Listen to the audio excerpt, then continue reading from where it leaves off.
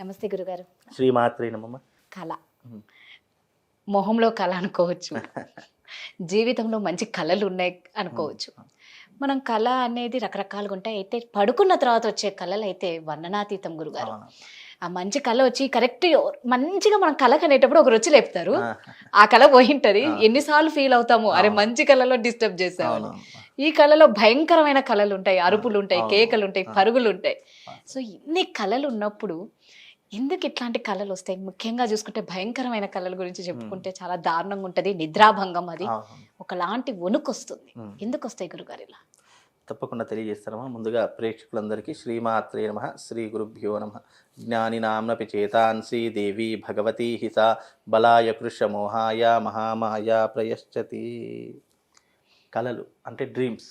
మనము పడుకున్నప్పుడు ఎన్నో కళలు కంటూ ఉంటాము. అంటే ఒక మనిషి మెదడులో ఎన్నో రకాలైనటువంటి ఆలోచనలు ఉంటాయి. మనిషి మెదడు చాలా పవర్ఫుల్. ఎన్నో జ్ఞాపకాలను, ఎన్నో విధాలైనటువంటి మెమోరీస్ని దాచుకునేటటువంటిది మెదడు.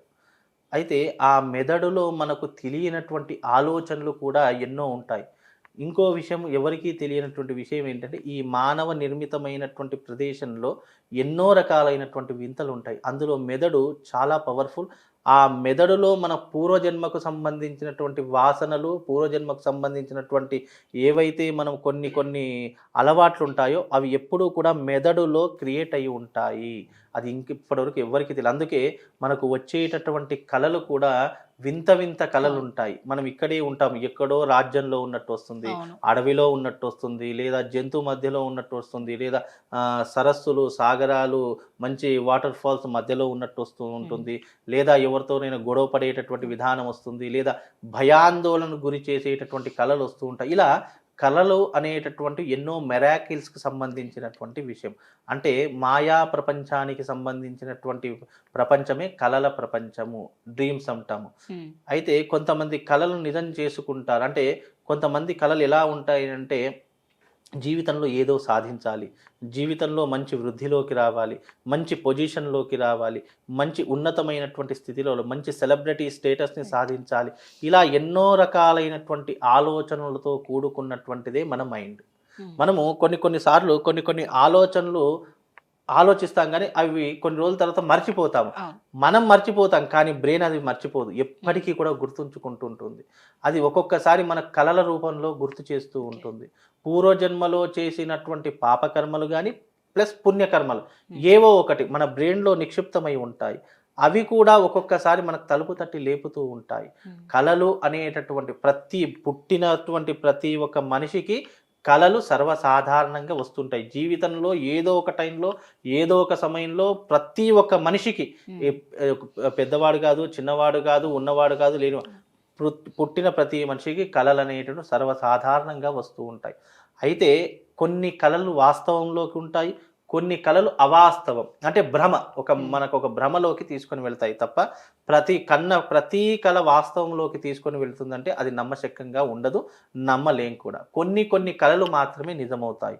అవి ఎలాంటి కళలు అంటే, మన జీవితంలో ఉద్యోగము, అలాగే ధనము, అలాగే భార్య, అలాగే పిల్లలు, అలాగే మన జీవన విధానం, ఇవి మాత్రం జీవితంలో నెరవేర్చుకునేటటువంటి విధానంగా ఉంటాయి. కానీ ప్రతిదీ కళ, ప్రతిదీ నిజం చేసుకోవాలంటే ఈ జీవితంలో, ఈ కలియుగంలో ప్రతి ఒక్కడు దేవుడు అయిపోతాడు.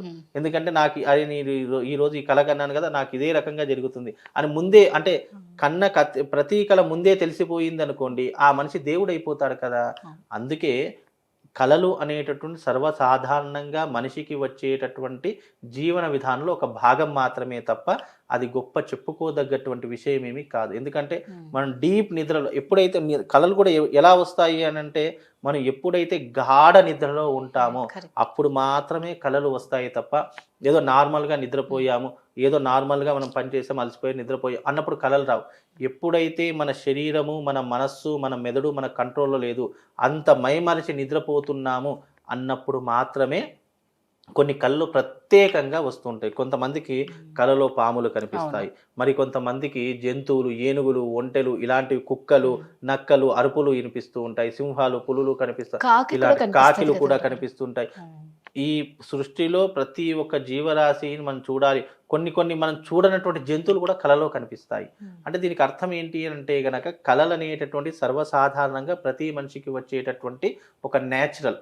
ఇప్పుడు మనిషి జీవితంలో ఆకలి ఎలా వేస్తుందో, నిద్ర ఎలా పోతామో, కలలు కూడా అందులో ఒక భాగమే జీవితంలో తప్ప ఒక భాగం. ఒక భాగమే. అందులో చెప్పుకోదగ్గ గొప్ప విషయం ఏం లేదు. కాకపోతే కొన్ని కొన్ని కలలు వాస్తవంలో మనకు కొన్ని చూపిస్తాయి. ఇప్పుడు ఈ రోజు ఉదాహరణకు మనము ఏదో చిన్న చిన్న పనులు చేశాము, లేదా మనము ఒక చూడకూడనటువంటి సంఘటన ఒకటి చూసాము, అదే మన కల్లోకి రిపీట్ అవుతూ ఉంటుంది.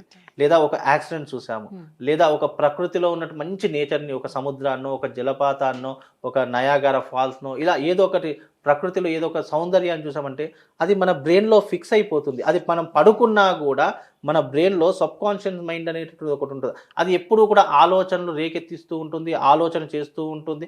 మనం పడుకున్నా సరే అవే మన కళ్ళ ముందు తిరుగుతూ తిరుగుతూ తిరుగుతూ ఉంటాయి. దాన్నే మనం ఏమంటామంటే కళ అని అంటూ ఉంటాము. అంటే డ్రీమ్స్. ఆ కళను మనం డ్రీమ్స్ లాగా ఫీల్ అవుతాం కాబట్టి కలలో వచ్చేది ప్రతిదీ నిజం కాదు. అలాగని చెప్పేసి మనం పడుకున్న నిద్రలో వచ్చే ప్రతి కళ మన జీవితంలో ఒక హింట్ ఇస్తుంది. ఒక అదృష్టాన్ని, ఒక ఉపయోగాన్ని మనం కలిగించేటటువంటిదే కళ. కాబట్టి ఆ కళలో వచ్చినటువంటివి ఏవి కూడా కొన్ని వాస్తవాలు, కొన్ని అవాస్తవాలుగా ఉంటూ ఉంటాయి. ప్రతిదీ కూడా వాస్తవమే అని చెప్పలేము. ఇప్పుడు ఉదయాన్నే వచ్చిన కళ నిజమవుతుందా అని అంటూ ఉంటారు. ఎప్పుడు కూడా ఉదయం కన్నటువంటి కళ ఏదైనా సరే అది నిజమవుతుందా, అబద్ధమవుతుందా అని పక్కన పెడితే గనక అవి మన మనసులో భావాలు ఇంకా దాని గురించి తగ్గడం లేదు. మన మనసులో ఆలోచనలు, మన బ్రెయిన్లో ఉన్నటువంటి ఆలోచనలే మన కళల రూపకంగా వస్తాయి తప్ప దానికి వేరే అర్థమేం లేదు. మనం శరీరము చాలా విశేషమైనటువంటిది. మానవ నిర్మాణమే ఒక గొప్పనైనటువంటి వింత.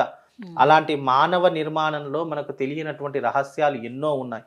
అందులో ఈ కళలు అనేటటువంటివి ఒక భాగమే తప్ప వచ్చిన ప్రతి కళ ఎప్పటికీ నిజము కాదు. అలాగే కన్నటువంటి కళలు నేను నిజం చేసుకుంటానంటే ఎలాంటి కళలు నువ్వు నిజం చేసుకోగలుగుతావు నీ జీవితంలో అంటే మనకు అర్థమైనటువంటి రీతిలో నేను మనిషిని కాబట్టి నేను ఎలాంటి పనులు చేస్తాను.